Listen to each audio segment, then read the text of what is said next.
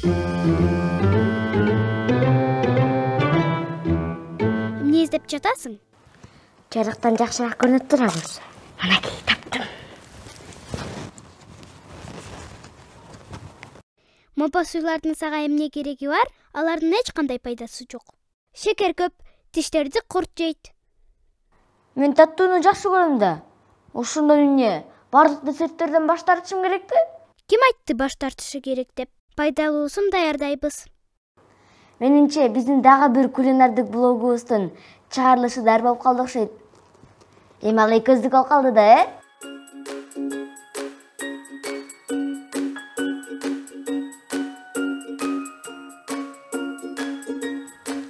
Балмуздак? Балмуздакты өзүбүз жасайбызбы? Ооба, ал тоңдургучта муздагыча 2 десерт жасаганга үлгүрөбүз. Быштактан таттуу кар киши, каттама жемиш десерти. Кызык экен.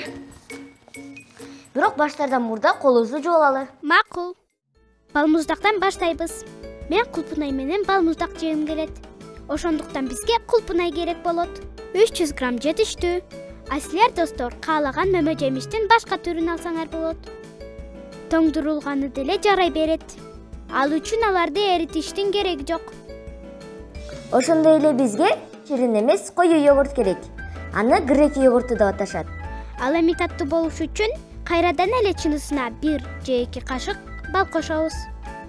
Мөмөлөрдү блендерге салабыз. Йогурт жана бал кошобуз. Жайылдандыкта бирдей текши болгуча майдалайбыз. Балмуздак үчүн кагаздан жасалган калпты алабыз. Даярдап алган массаны аларга куюп, тоңдуручка салып коебуз. Канча убакыт күтүшүбүз керек? Балмуздак 4-5 сааттан кийин даяр болот. Эң сонун келемен быштактан жасалган кар кишиге киришели. Ал эне болгон десерт? Ага болгону аз өлчөмдөгү быштак жана кургатылган мөмө керек болот. Бизде азыр өрүктүн кагы, кара өрүк жана жаңгак бар. А дегенде буларды таза жууп алышыбыз керек го дейм.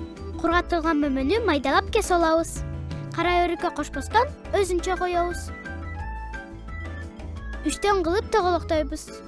Даамдуу болушу үчүн ар бир тоголоктун ичине бирден грек жаңгагын салабыз же башка жаңгактардан деле салып койсо болот. Эң кичине шарчадан кар кишинин бетин жасайбыз. Кара өрүктөн көздөрүн, кактан болсо мурдун жасасак болот. Эми кар кишибизди чогулта берсек болот го дейм. Табакка биринчи эң чоң шарчаны коебуз. Андан кийин ортончо топчусу барын. Эң үстүнө көзү мурду бар кичинесин коебуз. Быштакта биздин сөөктөрдү, тиштерди беките турган көп кальций бар. Ого, кандай кооз жана даамдуу десерт болду. Буларды да муздаткычка салып коебуз. Кечинде ата-энелерибиз келип таң калат болуш керек. Эмки кезекте эмне калды? Каттама жемиш десерти. Бизге болгону 3 түрлүү мөмө же жемиш керек болот. Мисалга бизде алма, шабдалы жана кулпунай бар. Жакшы, жемиштер даяр. Блендерге баарын чогуу салабызбы? Жок, кезеги менен биринчи шабдалыдан баштайбыз. 2ге бөлүп, данегин чыгарып алабыз. Майдалагандан кийин аны стаканга биринчи катмар кылып салабыз. Түшүнүктүү. Демек алманы да өзүнчө блендерден өткөрүп алабыз. Туура, бирок кабыгын арчып бөлүп алабыз. Сөңгөгү менен данектерин алып салуу керек. Билдим. Блендерден өткөрүп, стаканга экинчи катмар кылып салабыз. Эми кулпунайды да ушундай кылабыз. Блендерден өткөндөн кийин стаканга 3-чү катмарды салабыз. Улам биринин үстүнө бирин салып жүрүп отуруп, стаканды толтурабыз. Айтмакчы, үйүңөрдө блендер жок болсо, мөмө жемишти 4 бурчтук кылып турап, стаканга кат-кат кылып салып койсоңор деле болот. Дагы деле момпосу издеп жатасыңбы? Жок, эми мага булардын кереги жок.